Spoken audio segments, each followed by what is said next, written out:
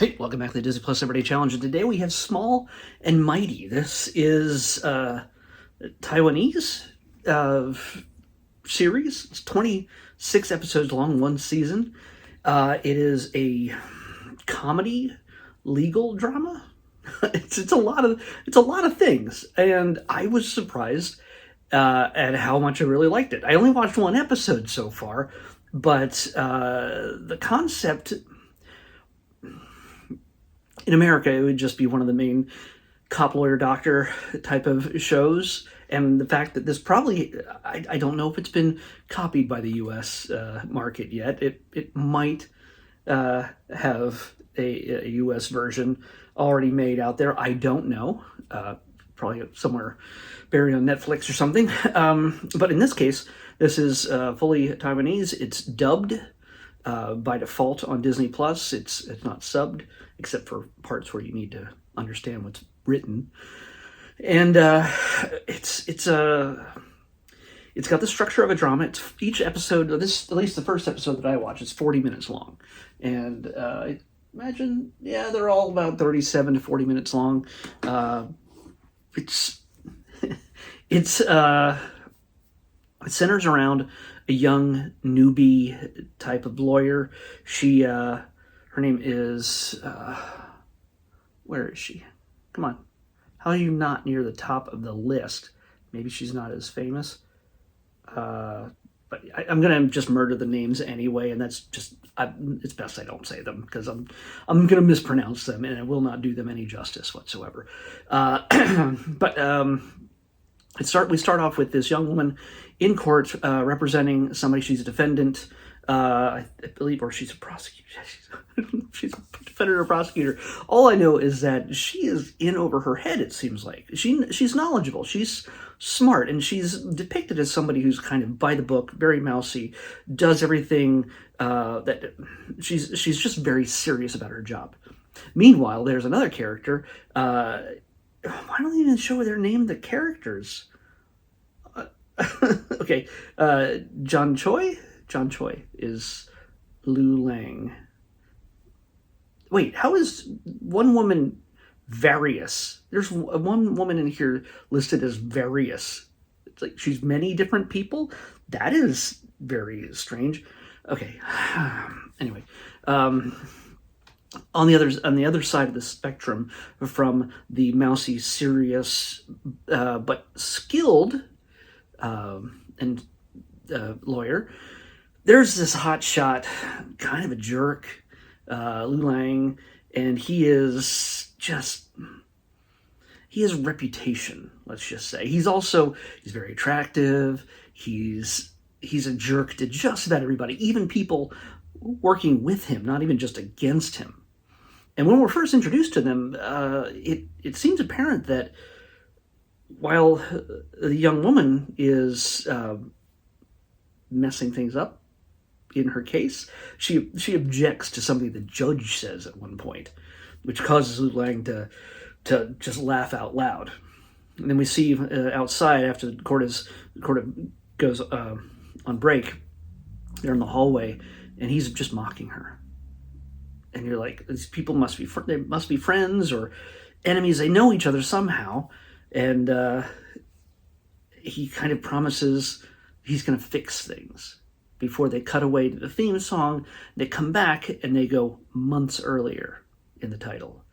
So that is somewhat of something that they're leading up towards. That case is something they're leading up towards. But when we're sitting in a space where it's months earlier, well, we discover that they're in two different places. They haven't even met yet. And they're working on either side of this one case. He is protecting a corporation, and she is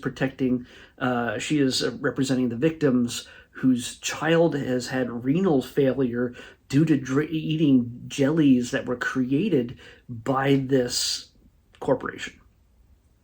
And she's got all her facts, all her ducks in a row. She's got it all worked out. She has an answer for everything, for the most part. Meanwhile, he just does whatever he can to mess with her head. as confident as she sounds, he just interrupts her, cuts in, doesn't really say much, but still stops her flow enough that it undermines her. And that's his whole game. He may not even have anything to go against what she has to say and protect his client, but he's ready to make her question herself. He's a jerk. and you see that, but you see that. Everybody else sees that. Well, the women, for the most part, see that and they go, but he's hot. And everybody when she tells her coworkers or her roommate that she's met him or crossed paths with him, they're like, oh, I'd let him take me in a minute, or I want to see him in person, like take me to work with you next time. And she's just like, what is? She doesn't understand the appeal. She takes her job absolutely seriously. She is not distracted by however handsome and clever and charming he may be when it suits him. So there are two opposite ends of the spectrum here, and something brings them together at some point further down the line. But at this point in the first episode, they are butting heads, and it builds up. There's that underpinning of the drama that it flows through the entire episode. When suddenly, out of nowhere, as Liu Lang is at a coffee shop picking up pastries or something like that in the morning, a young child goes, "Daddy, Daddy, Papa, buy me this," and he's like, I don't know who you are. Whose child is this? And herein comes the comedy. Because suddenly he is this persistent little boy who is calling him dad. And he has literally never seen that kid before in his life. And in order to calm him and quiet him and not disrupt everything around him, he pays for whatever it is. And he also, and the kid becomes persistent. He shows up at his work, and then it becomes a problem. And he is flustered for the first time in his life. He does not know how to handle this. And so these two storylines come into play. Is this kid really his son? Who is this kid? And where did he come from? And at the same time, he also needs... He's basically, more than likely, from this arc, will likely learn how to care for somebody other than himself and his needs. So that's more than likely part of the arc. But how he interacts with people, how she interacts with people, it's actually funny. It's clever. The dialogue between them is really good, and I was surprised at how much I liked this.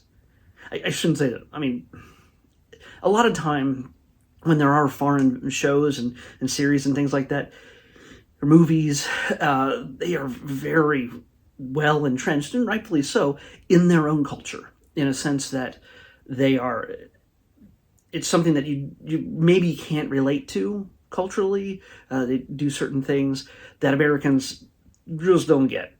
At the same time, there's also others that will lean into things to make them seem more Americanized, or they'll sort of compromise in that sense to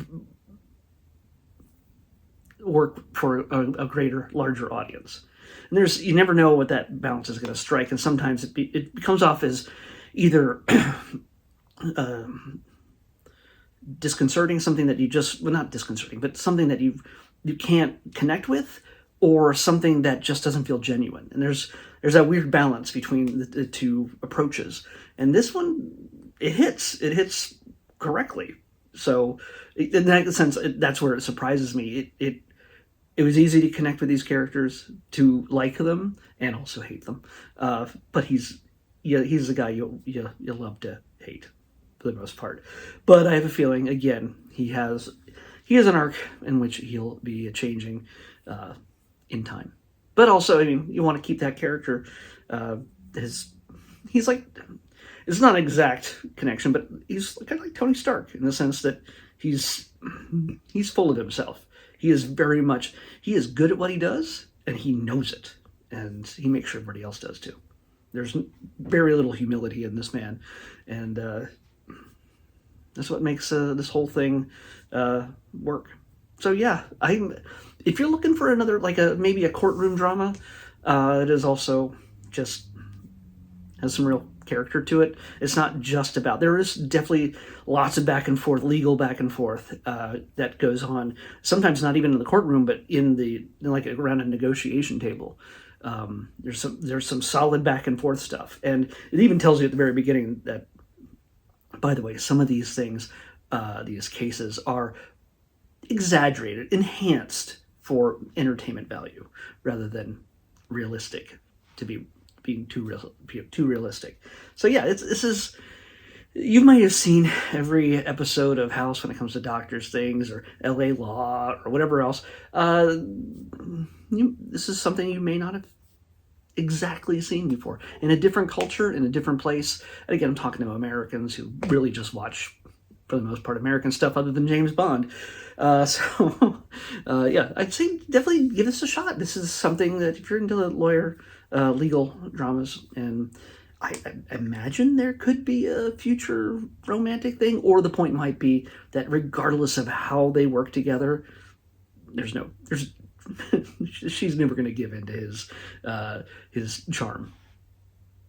Yeah, so it makes it fun. It's actually a fun, humorous but still dramatic lawyer show.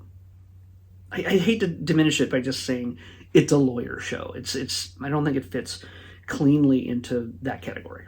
So definitely check it out. If watch one episode, if it doesn't grow on you, hey, there's plenty of other stuff on Disney Plus and elsewhere, but give it a shot. This is something that more than likely, I would have never watched this just out of hand. Just if I'm clicking through the things on the menu, I wouldn't have necessarily said, no, I think I'm going to watch this. No, but I'm glad I did. It's actually really good from what I've seen so far. So check it out. Let's pick tomorrow's episode. 87. 87, why does that seem familiar to me? What is 87? Oh, okay, it wasn't what I thought it was. It is a TV series also, and it is an iconic American TV series. It was on for a number of years. I have never seen an episode. Yeah, I know. It was on ABC, and I'm going to watch one episode. So we're going to check out the kind of like one of the biggest shows in the last 20 years or so. We're going to be watching Glee. Yeah.